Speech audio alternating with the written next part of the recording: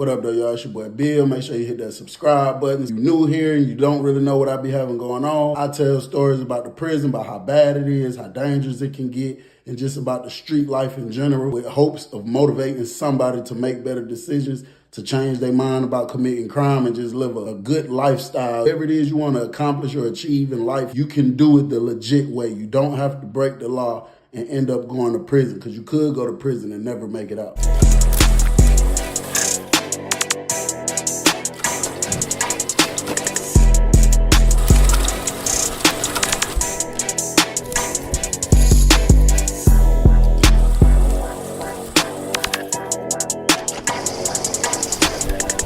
Day 13, no black and mild. Well, day 12 or 13, one of the two, no black and mild. I feel so good, bro.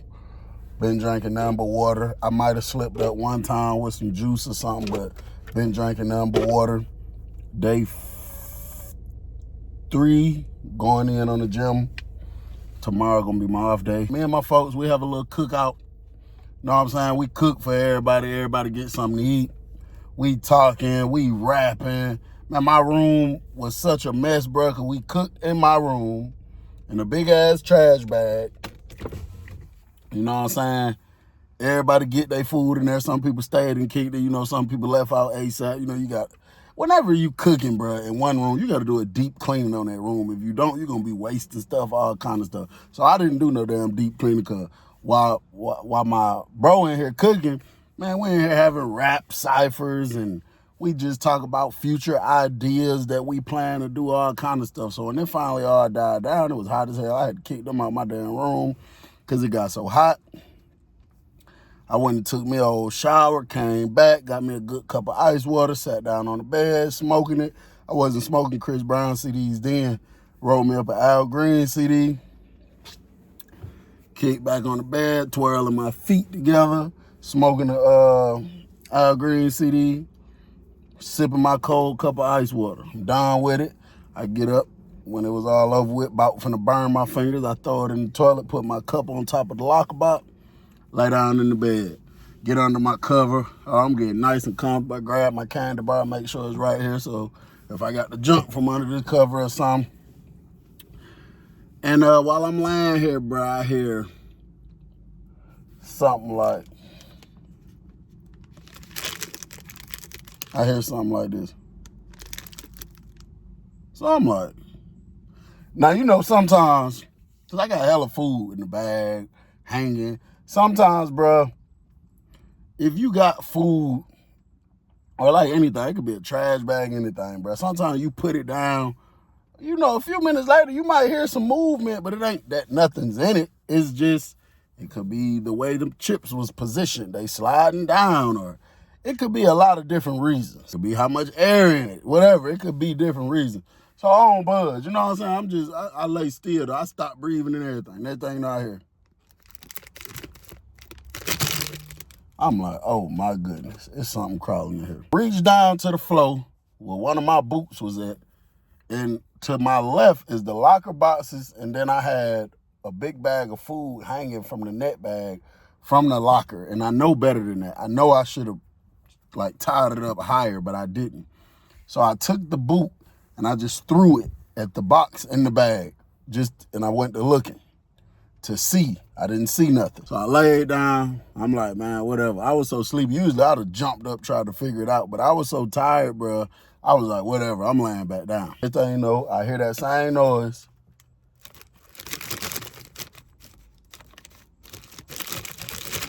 So I jump up real quick, shoot straight past the box, push my door open. I said, say, Steve. Say, Steve.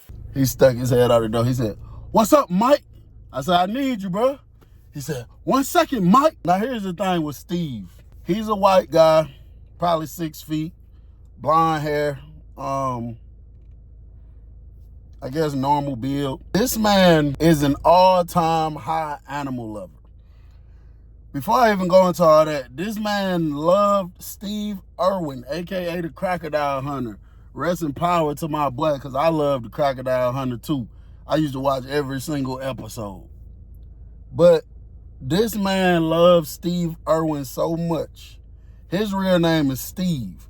But he said he admired the crocodile hunter so much that when he passed away, unfortunately, the Steve that I was in prison with legally changed his last name to Irwin because he said he just wanted to feel something like, he wanted to feel like he was the crocodile hunter. He told me he felt like he could be a crocodile hunter. He just got to get out of prison.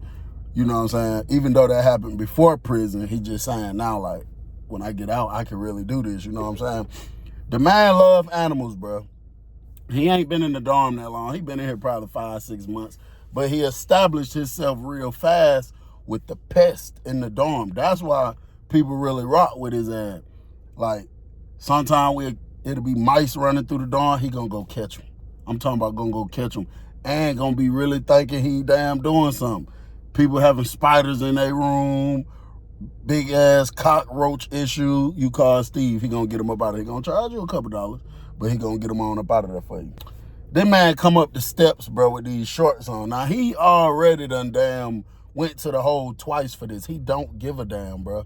The man take his state pants and cut them like into shorts above the knee short. Real life trying to look like the crocodile hunter. He done went and made him a little hat, like to make it look like one of them type of hats you might see my boy crocodile hunter on with, white and blue, out of the damn prison material. He done paid somebody to stitch him a hat up and everything. So he come in the room, he got a net bag, but it's not like the size of a regular one. He done cut it, he done, like he folded it in and then stitched the ends together. So now it's stuck in that shape. And he got something he done made, he done broke off a piece of the broomstick or something, and it's something long with some things on the end like this. It ain't that wide, it's probably like this. And like some clamp, but it don't clamp, it's just like that. Man, this man done made this stuff out of prison stuff. This man come up here talking about, what's in here, Mike? He don't even talk like that. But whenever he be on some stuff like that, he real life think he the crocodile hunter, bro. I'm telling you. I said, bro, I think it's some rats or something in there. Because at this prison, we had rats and mice. I said, bro, I think it's a rat or something in there. I said, because it sounds too heavy to be a roach. You know what I'm saying? I'm like, man, get that thing up out of there. So he was like, $5, Mike. I was like, bro, I ain't worried about no damn $5. Get that thing up out my room, bro. So he opened the door up. He opened the door all the way up. He stepped in there. He took one little step. He looking down. He looking down this way. He looked down that way. Then just being extra, man, gonna look back at me and say, shh. Tiptoeing. Then he did like this, looking, squat down. Go down on the ground like this. Come back off the ground like this in his hand. Turned around, came back over there to me and said, yeah, it's a rat, Mike. You can tell based off the droppings, Mike. See, if it wasn't a rat, Mike, the droppings would look, bro, the man talking about some rat droppings in his hand, trying to explain to me. I'm like, bro, you don't get out my face, bro. Like, what? You just picked that up with your bare hands like that? Oh, hell no. Went over there. He put his ear up to my locker box. He looked back at me. He said, Mike. I'm like, bro. So I stepped back and leaned back on the rail. He opened the box up real slow. He stepped back. He just standing there for like a whole minute straight. And he looked over at me and gonna say, she's a beauty, Mike. I was like, bro. I ain't gonna lie. At that point, I busted out laughing, bro, at that point. Because it's like, hey, bro, you taking this, but that was his hustle. That's what he did. You know what I'm saying? And next thing you know, that man held up that bag some type of way. And that man did that stick like this. And he said, 3, 2, 1. Right? He said something like that. It stuck that thing in there. Was moving around in that box. Man, next thing you know, he said, yeah, Mike. Yeah, and then I just seen a drawstring pull from it. Man, had to bit the damn drawstring, did it like this, let it go out his teeth, did it like this, and gonna come around the thing. It was 2 rats inside that bag, bro, that was in my box eating at the food in there. That man had 2 rats tied up in that bag, bro. And that man said, ooh, Mike, I think there are a couple, Mike. He gonna come out the thing talking about, I think there are a couple, Mike. I'm like, man, get your ass on.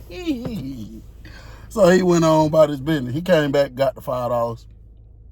I asked him what he did with the rats. He said he kept them. He said he got them in his room. But this man really thought his room was a damn zoo exhibit or something. Listen, bro, I promise you.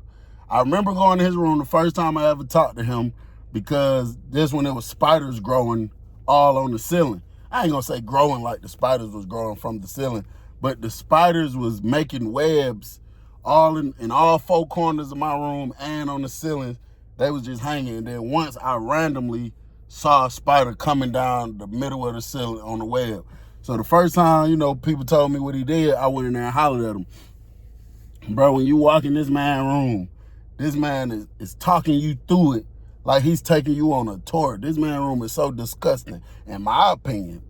Soon you walk in there, bro, he got daddy long leg spiders all on the ceiling on this inside part of the door. Right here on the sink, he got something, look like some damn dead snails or something. I don't know what that is. I guess he feed it to them. I don't know. Then you go inside his locker box. He got a box, a clear box that they made at Arts and Crafts for him about that big, full of jumping spiders, bro. When I say so many jumping spiders in there, then the man got another box on the second shelf with like 2 big-ass water bugs in there, bro. It looks so disgusting, bro. Then over here in the corner, he got another one. It's slightly bigger, and he had, at that time, when I went and looked, I think he had 2 rats in there. And that man taking you on the tour, he know the names of every single insect, every single bug, everything in his room. He know the names to him, bro. I never seen Steve get out of character. He always was and then there was always a joke with him, because when you talk to him,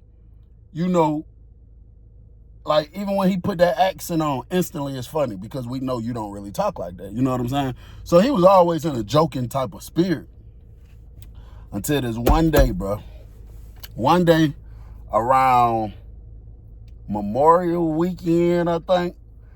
I wasn't that deep in the prison yet. I think it was, I got locked up in 2013.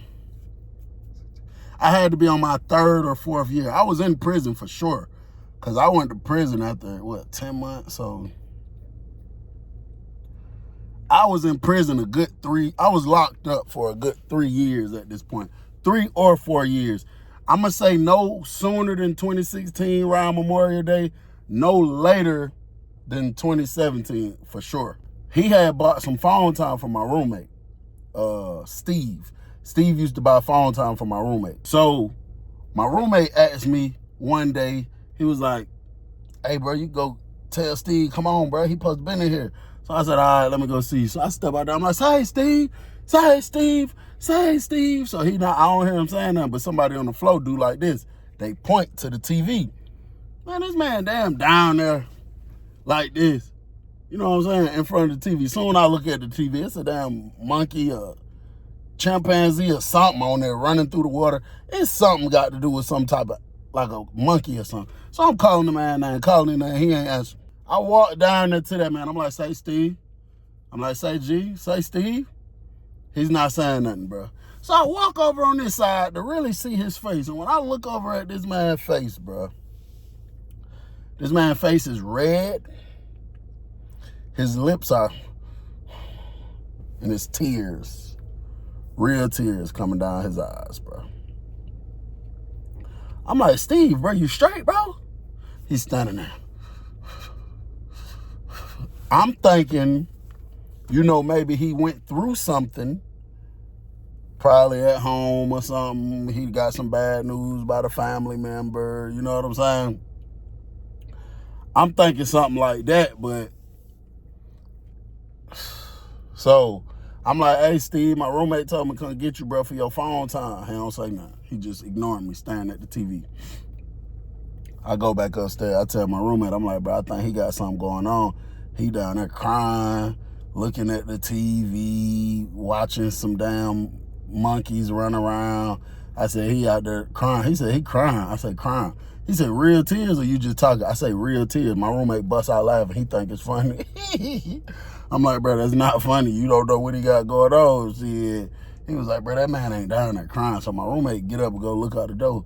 So he see his back to him. So he like, bro, he really down there crying. I'm telling you, he down there crying, bro. He got something going on. I'm telling you now. My roommate eventually ended up passing the phone off to somebody else. Back then, before I really got myself together, the sacks I used to buy, like the 25s, or the $25, you're going to get 2 good, you know, little sticks is what they call it. But I used to stretch it and try to make 3 out of mine. But I was working on my last one for sure. The popper me and my roommate had, the wiring had got too thin. Like, you couldn't even pull it to pop it no more. So I took the popper downstairs to go holler at this dude that, you know, be making it. He got all kind of wiring. You probably throw him 2 soups or something, and he'll slap you another piece of wire on there. My roommate, I'm gonna be right back. Go in there. Soon as I come out, dude room, I sit in there while he do it. It don't take him but 30, 40 seconds. He take the little piece that's sticking out, he took another piece and he like did it like this, to twist it, to make it real tight around it. And then he just wrapped the rest of it around the pencil and gave it back to me. I gave him like 2 soups, I think. The second I came out of that room, bro, that man Steve said he wasn't doing that accent stuff no more. He was talking his regular voice. And that man said, oh my gosh! And he had his tablet in his hand. The tablet is what he slammed down on the ground, cracked it, broke it. He didn't even give a damn. You know what I'm saying? So everybody look up at him. Like, man, you know what I'm saying? That man dropped down to his knees, screaming, oh my gosh, dude! They killed Harambe! They killed Harambe! They killed Harambe! You know, so we all go to kind of looking towards the TV, because that's where he was just at, trying to see what's going on. Like, bro, what the hell is you talking about? It's not showing nothing about, like, you know, because instantly I go to thinking, like what I said at first, it got to do with some family stuff. Maybe it was so tragic, his family on the news. I go to looking at the TV, and the headline that's going across the thing say, 400-pound, it said 400-pound, 17-year-old Harambe. It said 400-pound, 17-year-old gorilla Harambe was shot dead. So my roommate done popped out the room, stuck his head out the door, you know what I'm saying? So he done eventually jumped up, took off running over here to the steps, shooting up the step. So when I see he taking off running down here to my roommate, you know what I'm saying? Now I go back up there. I'm like, hold on now. I was getting ready to go back up there anyway, but I go back up there. Now I'm like, hold on now, what the hell you got going on? So when I get down there to the room, I see my roommate saying, shit, Steve, you gotta wait, bro. You gotta wait. He was like, dude, what the fuck you mean I gotta wait? It was my turn. I already paid you my money, bro. I need to use the phone really bad, bro. I need to see if this is fake news, bro. If they really killed Harambe, bro. So my roommate was like, hey, bro, I don't know what the fuck you got going on, bro, but you better chill your ass out, huh? You tripping, bro. Man, that man did like this. Like, start pulling through his shirt and everything, bro. Talking crazy, asking my roommate if he wanted to hit, all kind of stuff, you know what I'm saying? So when I get up there, I'm like, hold on, bro, whoa, what the hell going on? My roommate done pulled the candy bar out. He like, man, I don't know what buddy talking about. Let him in the room, Bill. I'm going to whack him right now. Let him in the room. I'm going to whack him right now on my mama. And you ain't using my phone. What's wrong with you? And I ain't giving you none of your money back, sucker. You know what I'm saying? So now Steve, I thought he was going to try to lunge at him or something, but he didn't. So I'm like, Steve, what the hell wrong with you, bro? He like, dude, I need to use the phone, dude. I need to use the phone. I'm like, hold on, listen, just chill out, bro. Calm down, damn, bro. I'm like, how about this? Smoke an Al Green CD with me real quick. How about that? He like, dude, I'm like, go to your room. Go to your room. I'm about to grab an Al Green CD. Here I come. Go to your room. He like, dude, he's saying he's not going to let me use the phone. I say, bro, go to your room. I promise you, I got you. He walk over there to his room. I go in here. My roommate pacing back and forth. I'm like, man, chill out, man. I'm trying to pull that man out. You know that man, something damn wrong with that man, bro. So I tell my roommate, So I grabbed the Al Green CD. I'm like, bro, I got to go visit him, but I'll buy another one for me and you. So I go down there to Steve room. I'm careful, though, because there's hella bugs in here. You know what I'm saying? I hit the socket with the popper. I light it just to light it up, and then I hand it to him, let him take flight. I'm like, bro, what the hell happened, bro? I said, who the hell is Harambe? What happened? He said, dude, his name's Harambe. It's not Harambe, it's Harambe. Like, dude, it's Harambe. It's Harambe. Respect is dead. Respect the dead. I'm like, hey, bro, I ain't trying to disrespect nobody, bro. I apologize. I was just trying to ask you, what's his name? I just had the name wrong. And hit that weed like 3 times. That man said, dude, these fucking irresponsible ass parents, dude. You got a fucking 3-year-old child at the zoo. A fucking 3-year-old child at a zoo in Cincinnati, Ohio. And dude, how the fuck does your child get loose away from you and jump into a fucking 15 feet deep gorilla's pen?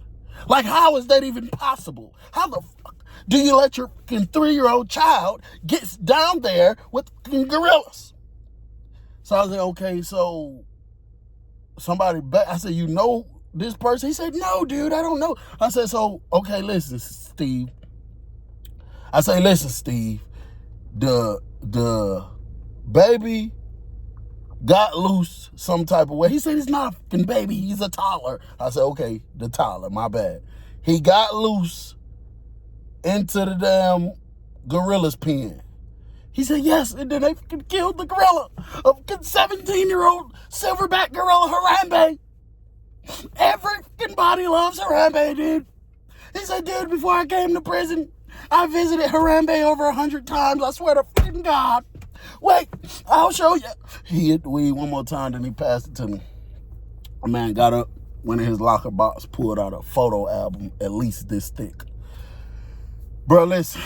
It was not a picture of one human being in this photo album. Not one. It was not a picture of not one human being in here. I think the first 10 pages was of a gorilla. The same gorilla. So I guess it had to be the one he was talking about. Every single other page he flicked, bro. I'm talking about from cats, dogs, spiders, snakes, lizards. I think he just randomly tell people on the street, any animals, insect, anything, send it to me. So he done calmed down and stuff. I tap it a little bit, give it right back to him. He was like, dude, animals are way more loyal than humans. I hate the human species, dude. He was like, they're so stupid. Why didn't they just tranquilize it? Why didn't they just tranquilize Harambe? He was like, really? The fucking parents should be held responsible for Harambe's death and be sent here. They need to go to fucking prison and be sent here. And I swear to fucking God, if that little boy dad goes to fucking prison and come here, I'm gonna kill his ass, dude. He's fucking out of here, man. And you know, bro, at that point, I think is when I, came to realization about, the whole animal lovers thing. Bro, that is very real. You really got people out here, like, I know people love animals, duh. But, bruh, you got people out here that's really crazy about animals, that really love animals very, very much, bro. You know what I'm saying? And, you know what I'm saying? When the Al Green CD went out, I was like, well, Steve, bro, gorillas, bro, they a wild animal, bro. Like, you said the gorilla was 400 pounds. I said the boy was 3. Shit, how much he weighed? 20 pounds at the most, 25 pounds at the most. I was like, bro, you got to just weigh your options. Like, if you was in that situation, how would you have dealt with it? He said, I would have tranquilized it, or I would have gotten down there in that damn pen myself, and I would have looked Harambe in his eyes, and I would have said, buddy, turn loose the boy. I would not have killed the gorilla, man.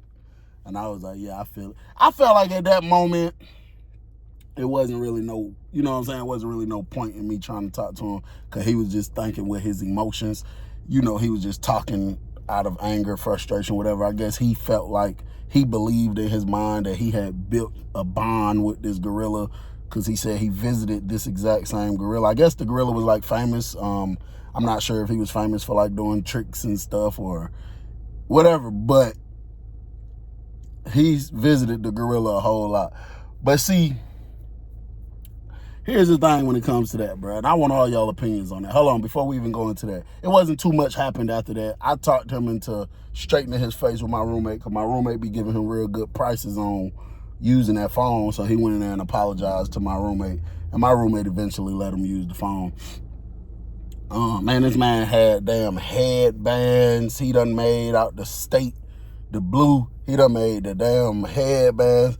He got a picture of a gorilla right here, a picture of a gorilla right here. It say, rest in peace, Harambe. I'm about to tell you the biggest thing to it, like when I knew, like I've been knew it was serious, but this is when I really knew, real life knew it was serious.